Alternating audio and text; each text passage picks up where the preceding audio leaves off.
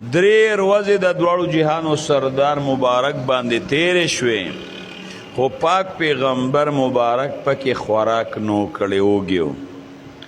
خېټه مبارکه باندې د لوږې د لاسه کاڼې او تیږه تړلې وه.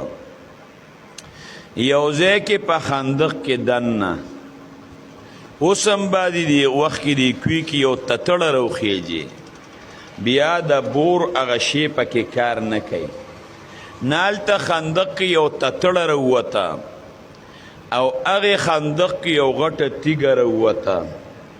صحابه کرامو په هغې باندې خپل وس وکړ، خو صحابو هغه تیږه ماته نه کړې شوه.